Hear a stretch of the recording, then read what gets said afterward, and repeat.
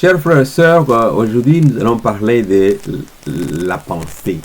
La pensée. La Bible nous dit en Romains, n'est-ce pas, en Romains 8, verset 6, que la pensée de la chair donne la mort. La pensée de la chair, c'est la mort, mais la pensée de l'esprit, c'est la vie, c'est la paix.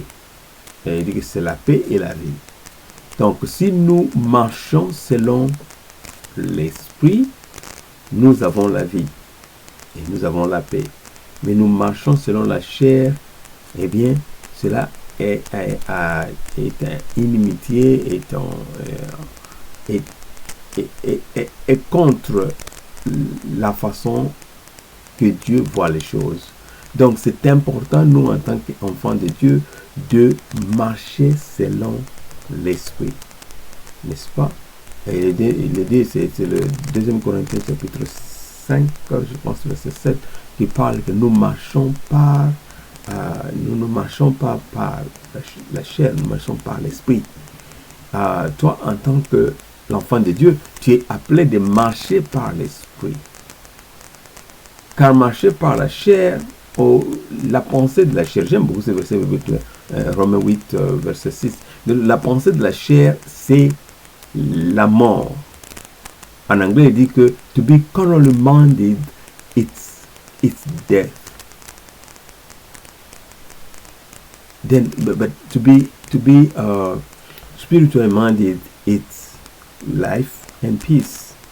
Donc, tu veux avoir la paix, tu veux avoir la vie, tu veux avoir la paix, soit, n'est-ce pas, et la pensée de l'esprit. Dans tout ce que tu fais, pense esprit, pense Dieu. Ne sois pas borné seulement à ce que tu vois, ce que tu sens, ce que tu testes. Certaines personnes, c'est bon, moi je me sens comme ça et je ne saurais pas faire quoi que ce soit.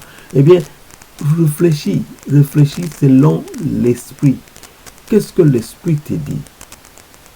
C'est comme ça que nous allons vaincre le diable, nous allons marcher victorieux sur cette terre.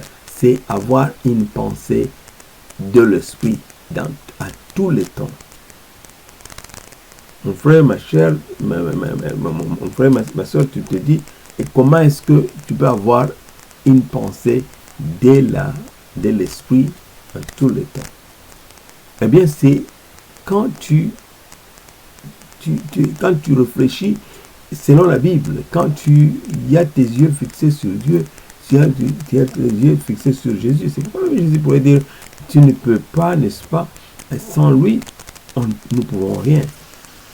Jean 5, 115, verset 5. Sans lui, on ne peut rien.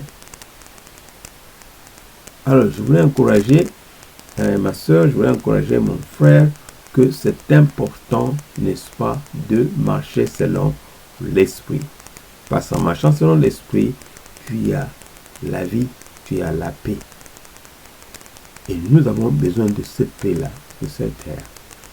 Pourquoi Jésus nous a dit lui-même, et il disait que quand il s'est présenté devant ses disciples, n'est-ce pas, à la période où il le quittait, il a dit que je vous donne la paix, je vous laisse ma paix. Donc, nous avons besoin de cette paix-là.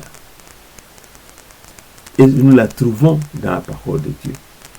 Quand nous avons notre pensée fixée sur la parole, fixée sur Jésus-Christ, eh bien, nous avons la paix.